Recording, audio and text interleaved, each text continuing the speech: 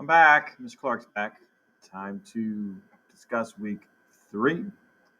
Hopefully, you're off to a good start and you're enjoying criminology. The thing about where we are so far, let's just kind of reflect back a little bit on week 2 and kind of look at the couple major assignments that you had in week 2. The first of which was the scavenger hunt. Hopefully you enjoyed the scavenger hunt. It's kind of like a web quest type of thing, kind of searching out for a lot of the different responses. So hopefully you enjoyed that aspect of it. Most people did pretty well on the scavenger hunt assignment. I would say the points in which you might have missed, like for example, question number 6, required 2 examples. A lot of people just put 1 down. So that was probably the most common mistake in terms of missing a particular point here or there. There are only 2 points each, 50 questions in total. So most people did pretty well. Other cases too, in a situation, like I think it might have been the last question, 15, jury of your peers would be the correct one. So people said you had to be the jury in the same state or something along those lines, but a jury of your peers is what is the correct response for that one. Other things too, the Bill of Rights assignment where you're comparing the rights from the English Bill of Rights versus that of the American Bill of Rights, the first 10 amendments to the Constitution. The biggest issue we had there wasn't necessarily identifying rights that were in common. In fact, if you look over my right shoulder or left shoulder over here, I'm getting confused as I try and see my reflection on the screen. So we have a lot of the rights that are on my backboard here. And a lot of people put down, let's say, for example, freedom of speech for the English Bill of Rights as well as the American Bill of Rights, but you didn't give me any indication as to where specifically you could find it in each of the 2 different documents. So if you lost points, usually it was because you weren't making broad enough connections, kind of specifying where you could find each. And some people just put down a very small bulleted list of rights, and so you might have lost a few points for that. If you go back to the directions with it, hopefully it makes a little bit more sense for you. So just keep in mind, make sure you're going kind of the extra mile in terms of your responses moving forward. And speaking about leniency, the first 2 weeks are kind of a period of time where I'm a little bit more lenient in regards to grading and assignments and on time and things like that. I realized that it takes some time, especially if this is the first time you've been taking a VHS course, for you to get understanding of the logistics of everything. So hopefully through the first 2 weeks, you've been able to kind of figure all that out. And moving forward, I'm going to start deducting some points if things are turned in late. So for example, on a discussion rubric, so there's one area there where it's like other criteria. So if you have a -2 for that, that might be something where it was late. So I took off 2 points under the other criteria aspect there. If you're having any issues, of course, I'm understanding we're in a pandemic. You guys are overwhelmed. You have many courses and things like that, everything going on within your own lives, things like that. So as long as you're communicating with me in the private topic area, just send me a message. Hey, Mr. Clarke, I'm having a little difficulty here with a particular assignment or whatever it might be, and I may be able to give you a little bit more time for a particular assignment. But if you don't communicate with me, I'm just going to assume you're not doing it on time for no other reason that you choose not to, and then you'll lose those points. Another issue that we have that I've been seeing, some people having some, difficulty understanding the formats in which you just turn in Dropbox assignments. Dropbox assignments, if it's a Google Doc that you're working on, you have to save it as a PDF file first before submitting it in the Dropbox. If you're using a Word document, Microsoft Word, that should be able to be submitted directly and uploaded to the Dropbox. If you're submitting photographs or screenshots, things like that, those obviously are unacceptable in VHS, which is outlined in your handbook. I also posted a news item a few days back, just kind of reminding you of that. So if you're submitting something in the incorrect format, it cannot go through the turn it in filter, which kind of makes sure that it's not a direct copy of an assignment that was turned in previously.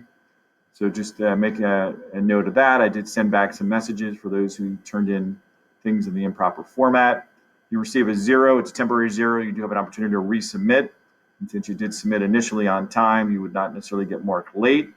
But if you don't submit in the proper format, that 0 will obviously stand. So there's tutorials and things like that explaining how to submit things properly. Let's talk a little bit about the discussion work. When you think about discussions, we have a simple format when it comes to posting in the discussions. You're required to make an initial post no later than Friday of any VHS week, and you should make your first classmate post no later than the Friday of the VHS week. Remember, VHS weeks start on Wednesdays, so they go Wednesday through Tuesday.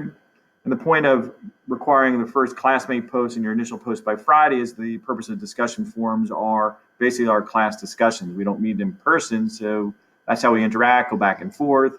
And so you need to really be active in the discussion forums, and you should always prioritize that as the first thing you do each week. The Dropbox assignments, if I don't get them until Monday or Tuesday of next week, no big deal. I don't necessarily need to have them in until, basically by Tuesday at 11:59 p.m. of the VHS week. So the Dropbox assignments, kind of keep them as your second priority. I also post on a regular basis the checklist. You may want to follow the checklist to help you with time management, to make sure you're getting everything done on time. So after you put the initial post and your first classmate post, just make sure you go back into the discussion forum prior to Tuesday and make at least one additional post for 2 classmate posts in total and 3 posts for each discussion forum, your initial plus 2 classmate posts. Of course, you can post an infinite number of times. If you're enjoying the discussion, I always encourage the participation. So please feel free to post more than twice to your classmates. Netiquette, make sure you're following proper netiquette. I think we cleaned this up for the most part. But make sure when you're posting, you have like a general greeting. Let's say, for example, to your initial post, to say hi all or hi everybody, put a comment, put your post down, and then sign all posts, regardless of initial post or a post to a classmate, with your first and last name. And then if you respond to a classmate, make sure you're addressing your classmate by their first name when you post. Okay, upcoming this week, you have one discussion forum this week, and then you have an essay about assault on college campuses and some of the violent activities that are ongoing on college campuses. Many of you are juniors or seniors, and many of you may be considering going to college. So the purpose of the college campus essay is kind of have a good understanding of what you might need to look out for, almost like a cautionary tale of college campuses. Not to scare you away, but just kind of make you kind of aware of that particular fact. So we look at the essay, just kind of some heads up on the essay. I would structure it into a 5-paragraph essay with an introduction, 3 supporting paragraphs, and then a conclusion, 5 paragraphs in total. I understand like VHS format might be slightly different as to what they post on the VHS website, but I would suggest to format it in 5 paragraphs. Maybe an introductory paragraph about the importance of understanding the activities that are going on a college campus and things to kind of look out for, kind of things to know before you go kind of thing for college campuses. And then your first body paragraph, paragraph number 2, why are sexual assaults on college campuses not necessarily reported as frequently as they probably should?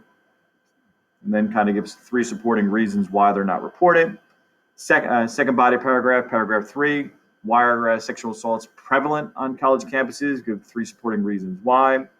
And then your 4th paragraph and 3rd body paragraph there would be the solutions that you think would be best to kind of help out and maybe address some of the issues of ongoing issues on college campuses.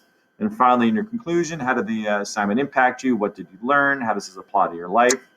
Those would be some things to include in the conclusion.